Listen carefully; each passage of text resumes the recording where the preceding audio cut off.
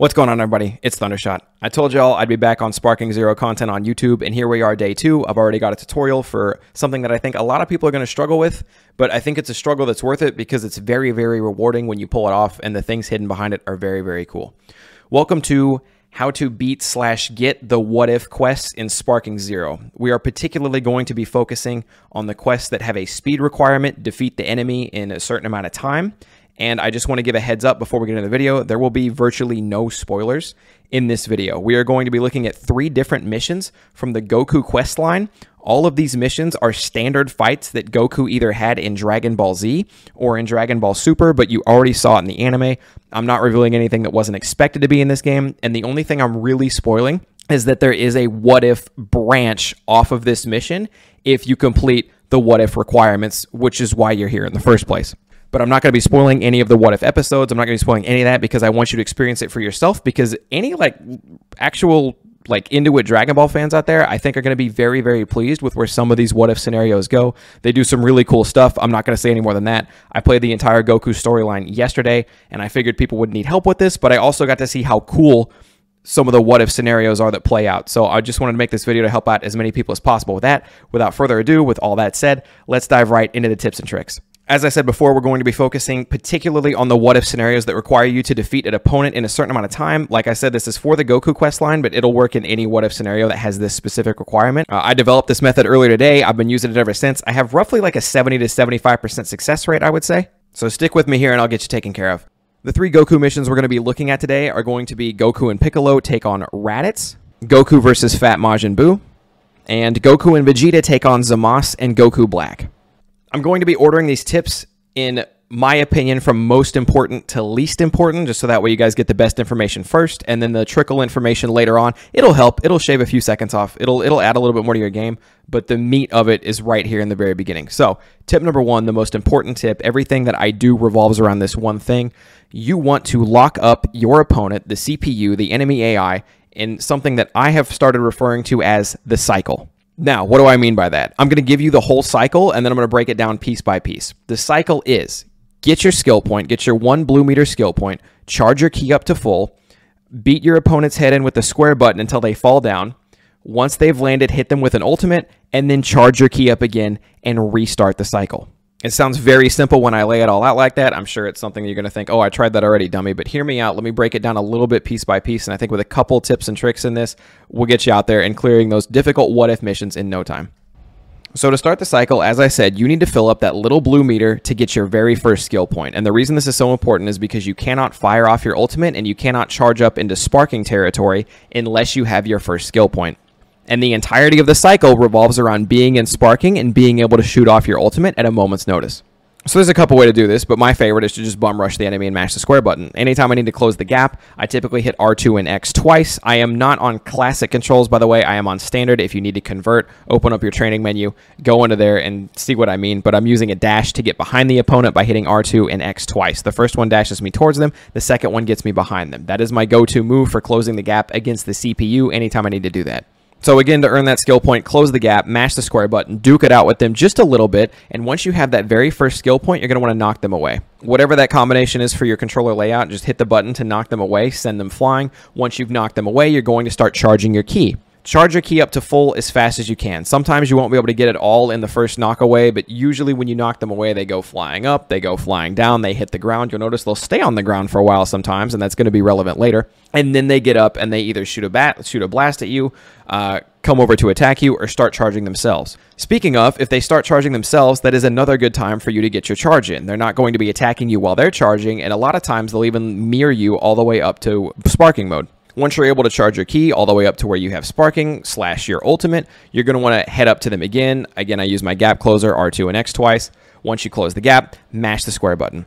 You can get more complicated than this. If you have your own combos, use your own combos. If you think it's doing damage, great. I'm trying to make the simplest tutorial possible that can apply to the most people possible without them having to go into the lab or figure a whole lot out. I know people just want to see the what-if scenarios and they want to beat this thing as fast as they can, so that's who I'm making this video for. But if you want to add more spice, if you want to add combos, you think you can do more damage, be my guest, take your best shot. But the simplest thing I can tell you is once you're in sparking mode, go up to the enemy, just start mashing square. Because once you start mashing square, you're going to start a very long combo chain that typically does a lot of damage.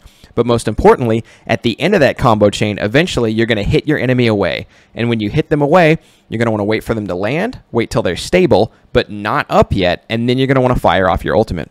Once you fired off your ultimate, it's almost a guaranteed hit at this point, as long as you timed it right, as long as you waited for them to settle. Don't shoot your ultimate when they're still moving, even if they're like laying flat, because your ultimates can hit the enemies while they're flat in this game. It's not like Raging Blast 2 where it does half damage or quarter damage.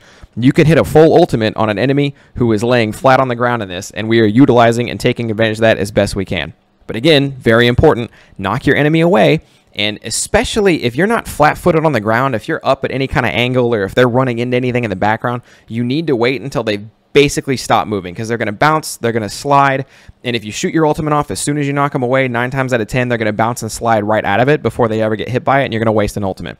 So wait for them to almost be completely stationary, almost completely stop, fire off your move, you're going to hit it, it's going to do a huge amount of damage, and then you are immediately going to start charging again. Why? Because it is time to repeat the cycle. This AI, if you're going to fight it head-to-head, especially if you're not like a seasoned 3D arena fighter or whatever, this AI can actually be very tricky. The AI can be kind of smart when it battles you, when you're going toe-to-toe with it, and it can be a little rough to get around. However, it is still an AI. It does still have stupid moments. It does still do stupid things, and we're going to do everything we can in order to exploit that for the sake of beating them as fast as possible and as easy as possible. The reason that this cycle works is because we can take advantage of the enemy's AI. If you can get them away at the right distance, you can actually do this 2, 3, maybe even 4 times in a row, the whole cycle, without being interrupted in the process. One of the big reasons this works is if you get it the correct distance, when the enemy AI stands up, they're going to look around for you. They're going to be unable to locate you, and you're going to audibly hear the character say like, oh, where'd you go? Or where are you hiding? Or they'll curse you out or whatever because they can't find you.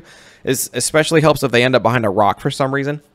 Because at the right distance, for whatever reason, the enemy AI is stupid. And if this allows you to charge all the way back up to full, well, that's all the better it is. Mash R2 and X again. Get yourself behind them, start the cycle over. Mash square until you knock them away. When you knock them away, make sure they've landed safely but aren't getting up yet. Fire off your ultimate, and then repeat the cycle again. If you manage to do this 2 times back to back, or even 3 or 4 times, you're basically going to be a lick away from finishing them off entirely. And these fights that were giving you a lot of trouble before are going to start feeling a lot more like a breeze. A couple bonus tips to go along with this is, when are good times? What are the best times to shoot off your ultimate attack? Well, as I've explained before, when you knock them away, as long as you time it right, you're basically guaranteed a hit. Unless they like fall into some trees or fall behind a rock somehow or something, as long as you knock them away and you time it right to where they're just about to stop sliding, but they haven't stopped sliding or bouncing or whatever they're doing yet, then you're going to be able to hit them clean with your ultimate before they get up. The second best time, in my opinion, to throw an ultimate is if you see them charging. If you're charging and they're charging and you're charging a little bit faster than they are, or your charge meter is a little bit ahead of theirs because you started sooner than they did, that's usually a good sign. But honestly, anytime that you have your sparking ready and you see your opponent charging past the initial bars of key and start charging into the blue meter that fills up, and then when it gets full, you go sparking mode, you have your ultimate. If you ever see the CPU go into that blue meter, I have never seen them cancel that blue meter once they start. It's like once they begin it, they're basically committed to finishing it, so that way they can go sparking as well. And we can use this to our advantage because, again, the AI is being dumb, and this is the perfect time for us to fire off our ultimate. I usually like to wait until their blue meter is about halfway full, so that way it gets really close to finishing sparking, because if they do finish it while you're shooting your ultimate off, they're locked in an animation, so they couldn't stop your ultimate from hitting them, even if they wanted to.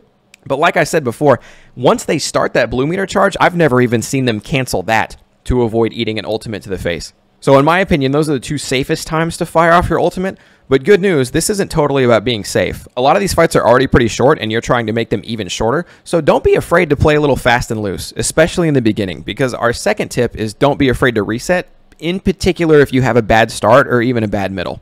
For example, one of the fights here is Goku versus Zamasu, and that actually starts off with a clash.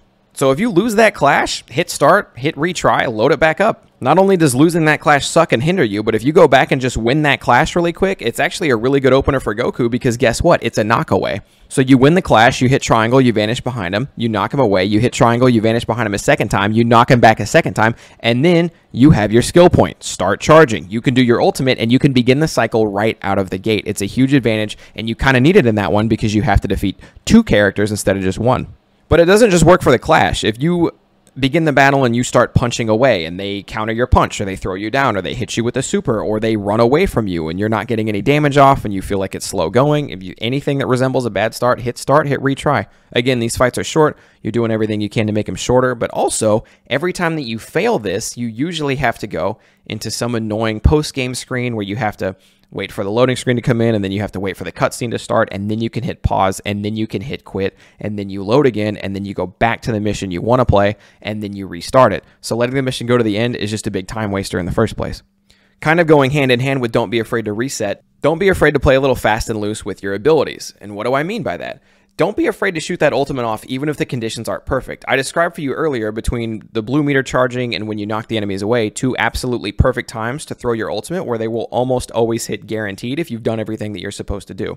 There are other times you can just throw the ultimate. If you haven't found an opening the entire time you've been in sparking mode and your ultimate's about to expire, throw it. You don't know. If you're doing a time quest for the 3rd or 4th or 5th time or whatever, and you can tell that the timer is getting low and you're about to fail the quest and you're an ultimate, throw it. It's fine. Again, we're taking advantage of the AI not being the smartest here. They can be tough. Again, they kicked my ass for a lot. It took me a while to develop this method, but there are certain exploits we can abuse, and that's exactly what we're going to abuse.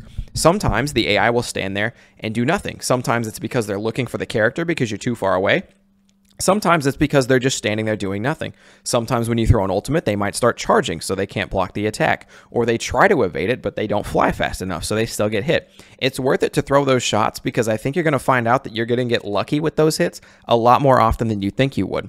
So in tight scenarios where you think your time might be getting low and you really need to throw a Hail Mary, or you're in the very beginning of a fight and you haven't gotten an opening yet, or just because your ultimate meter is about to run out and you're going to waste it if you don't, throw it. See what happens. And if you miss, and if you think it ruined your attempt, hit start, retry the level, start it all over again. Like I said, most of these fights typically tend to be short, and you're just trying to make them shorter.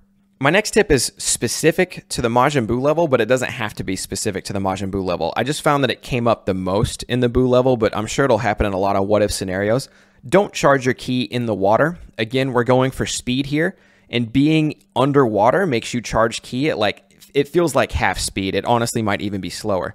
And even if your opponent is distracted or they're also charging or they can't find you and they're doing that thing where they're standing there doing nothing, this is a timed event. And knowing that your ki charges slower in water, you might as well fly up above the water before you begin charging, unless you're really close to finishing your ultimate or you're really close to enough ki for the super attack that'll finish the enemy off for good. It is not worth it to charge your ki in water, especially going from completely empty to full sparking. It'll take half the time you're allotted in the mission to do it there. So just avoid charging ki in water if you can. And the last tip I have is be prepared to counterattack. There is one key area to me that I tend to run into issues with in the cycle, and this is the best solution I managed to come up with for it. So obviously when you're having your skirmishes in the beginning, when you're trying to get your first skill point, when you're trying to knock the enemy away and you're trying to make sure you're fully charged, that's on you. You have to figure out how to get fully charged. I've given you a lot of good tips here, but you can't really avoid scrapping. And sometimes you're going to scrap, sometimes it's going to go south. That's what the start and retry is for. Outside of that initial bit, once the cycle stops, I typically have a very smooth time except for one area. So again, you're going to knock them away. You're going to charge to full. If you can get charged to full for your ultimate, you're going to dash in and you're going to start mashing square. This is where things can occasionally go wrong. When you're mashing square, be prepared for the enemy to counterattack you. It's the equivalent of tapping in the R3 stick if you were to ever do that move. But basically, they can just break your rush. It costs them a little bit, but they can just break your rush from happening if they time it correctly. And because you're mashing square so much in sparking mode, because those sparking combos are allowed to be so long and you're allowed to do it for so often, they're bound to hit that counterattack every now and again, more so in the later fights than in the earlier ones. But basically, at this point, you got to remember all you were doing once you start mashing square is mashing square. So just keep mashing square. The only thing you have to look out for is when they counter you, because eventually they will counter you. And how are you going to follow up to that? Now, there's 3 ways that I know of to do this. I really only typically do one. The method I use to counterattack is I'm mashing square and my right finger is just hovering the R1 button. That's the snap vanish for me. As soon as I see that they're countering my attack, I'm ready to hit the R1 button. You can usually snap vanish their counter, and then you can start the combo over again. And even if they break your combo 2, 3, 4 times, as long as you manage to hit that snap vanish, you might not get your ultimate off, but you're going to get so many punches in from that combo, it's going to be worth an ultimate and then some. So this is the counter I lean on. The timing on this is a little tight. You have to be very prepared to do it. But for me, it's kind of easy just because the only other thing you're doing is mashing square. So while you're mashing square mindlessly, all of your brain power is focused on the reaction time for when you see that they've countered your attack so you can snap vanish it. That's it. It's a little tricky. It gets a little hairy sometimes. This is the method that I use. The other methods you could do is to hold circle when you see them countering it, and I believe you can counter their counter. I tried this a few times. I'm not fast enough. It never really worked out for me. If this is a method you're more comfortable with and you can make work, be my guest. The third method involves ending your combo pretty early so that way the enemy doesn't really get an opportunity to counter your strikes, which allows you to fire off your ultimate uncontested for what is basically that guaranteed hit way earlier and way more often. But again, the exchange is that you don't get a lot of the melee damage, so you probably need to end up doing one more cycle than the other methods do. But what you're going to do, it's the same cycle as always. Knock them away, make sure you have your skill point, charge until you're full, dash in, and start mashing square. The difference is that once you start mashing square, you only need to get a couple hits in or whatever you're comfortable with, and then on my control scheme, you're going to hit up and triangle. That's on the standard control scheme. I don't know what it is on classic, but on my scheme, up and triangle will kick the enemy up into the air. And 9 times out of 10, they'll go up into the air, they'll fall down right in front of you, and then you hit them with the ultimate. And then you can repeat the cycle all over again. Again, the exchange here is that you'll fire off your ultimate way more safely, but you will need to do probably one more cycle. You'll probably need to land one more ultimate than the other methods just to make sure you have the damage, because you do lose a lot of damage by not getting that mashing square combo off before you fire the ultimate in sparking mode. But that's it for the video. Those are my tips. Be sure to drop a like if this helped you out. And if you need help with anything else in Sparking Zero, please leave a comment. I am back to making tutorials. I want to help out as many people as possible with this game because I can see how frustrating and tough it can be. But this is a really, really great game. I'm having a lot of fun. And I'll catch y'all next time.